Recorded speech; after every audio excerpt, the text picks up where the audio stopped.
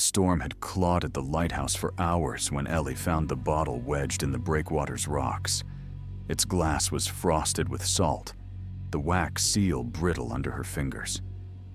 Inside, a slip of parchment listed coordinates and a date. October 19th, 3 days from now. Her name was scrawled in jagged ink at the bottom. She pocketed it, her knuckles white. Marcus would laugh. He'd call it a prank, maybe a tourist's joke.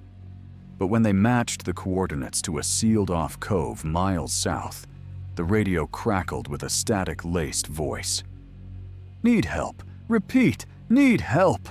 The caller's words dissolved into feedback, leaving only a high-pitched whine that made Ellie's teeth ache. They drove the dirt road in silence, the headlights carving narrow paths through the fog. The cove's shore was littered with barnacled driftwood, but the tide pools glowed with an oily sheen, their surfaces quivering like liquid glass. Ellie squinted. Something moved beneath the water, a flicker of shadow, too fast to track. "Ellie," Marcus said, "this is a dead zone. No signals, no." The doll appeared at her feet as if dropped by a child.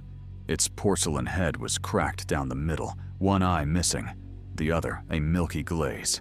It sat upright in the sand, facing the sea. "Creepy," Marcus muttered, kicking it aside. Midnight hit like a switch. The air turned gelatinous. Ellie's breath fogged instantly. The doll's remaining eye socket split with a snap, and the sand around it began to ripple. "Ellie, look!" Marcus said, his voice a strangled whisper. The doll had turned to face them, its head tilted, the angle too sharp for gravity. She backed away, but the sand sucked at her boots.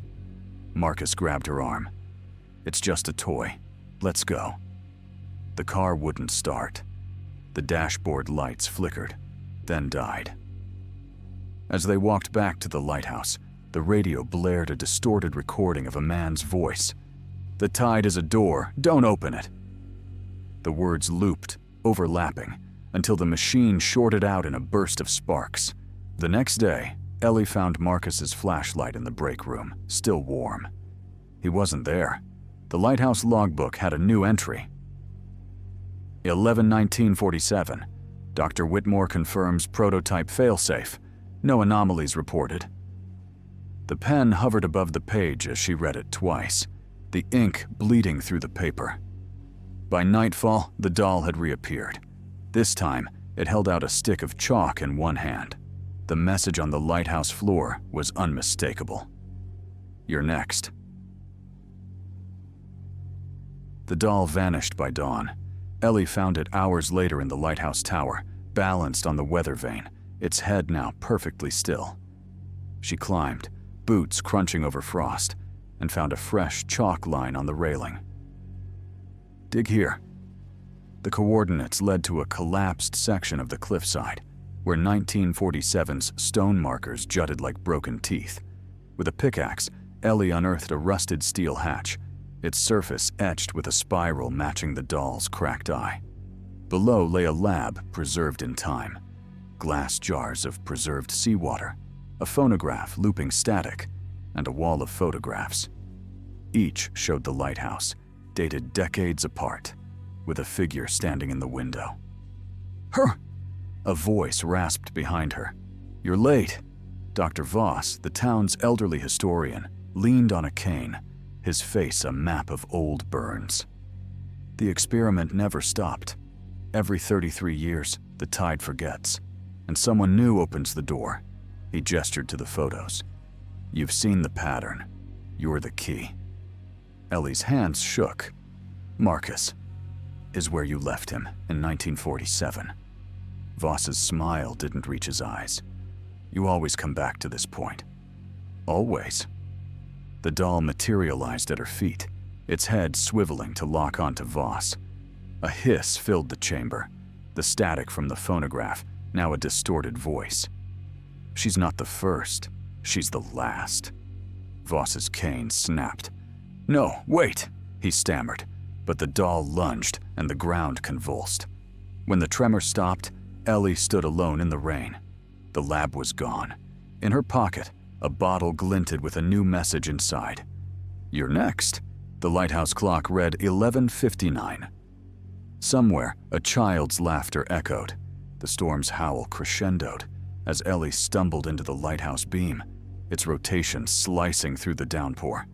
The message in her pocket burned like a brand. "You're next." Her breath fogged the glass pane. Outside, the cove churned with phantom ships, their hulls visible only when the lightning struck. The doll waited at the baseboard, its head swiveling to follow her as she climbed the spiral stairs to the control room. The clock's hands jittered, now reading 11:58. The lighthouse's generator whined, its power flickering. On the wall, the photographs from the lab reappeared, one after another, as if the air itself were peeling them from time. Each showed her younger by years, her expression the same frozen horror. The final photo, a child, maybe 5, clutching the very doll now at her feet. Ellie's stomach twisted. She's not the first. She's the last. The voice echoed, warped and layered. The doll's head snapped upward. The door to the lighthouse's upper chamber slammed shut. Inside the chamber, a mirror stood where no mirror had been. Ellie's reflection opened its mouth in a silent scream as the real Ellie reached for it. The glass rippled, pulling her in. And she was 12 again, clutching the doll in a sunlit attic, Voss's voice whispering through the storm. "The tide forgets, but you remember. Always."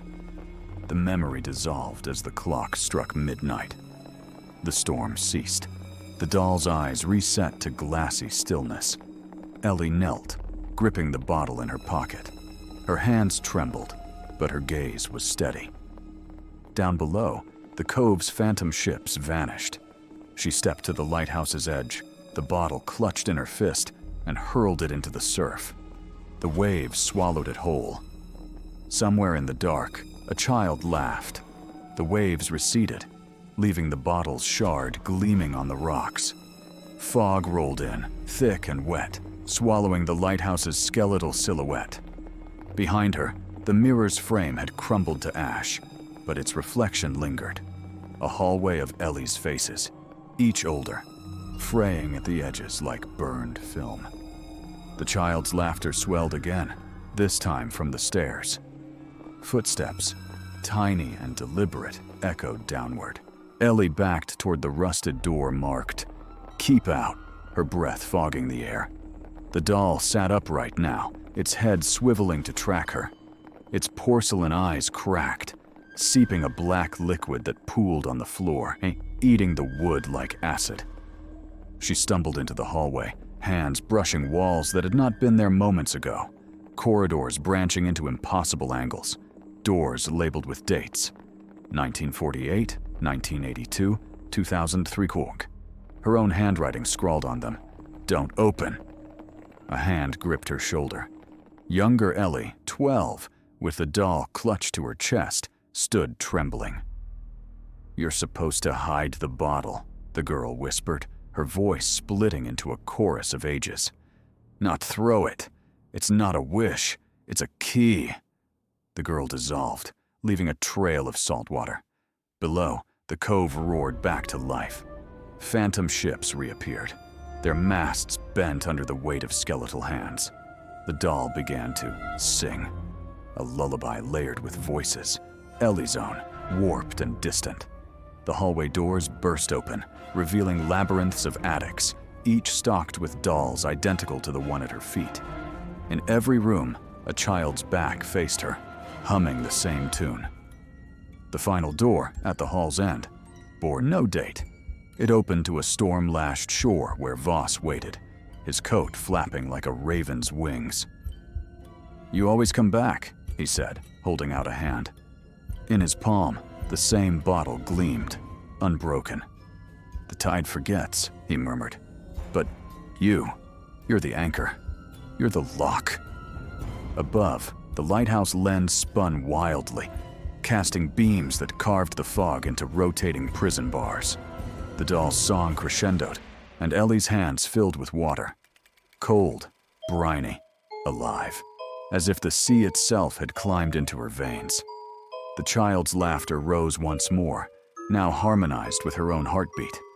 She turned, but the hallway had become a circle, the doors multiplying. Behind her, Voss faded into peeling paint. Ahead, the doll's head snapped back, its mouth stretching into a grin. In its glassy eyes, Ellie saw a flicker. Herself, at 5, clutching the doll in a sunlit attic, whispering, "I'll remember. I'll remember." The clock, long silent, began to chime. Not midnight, not yet. 12.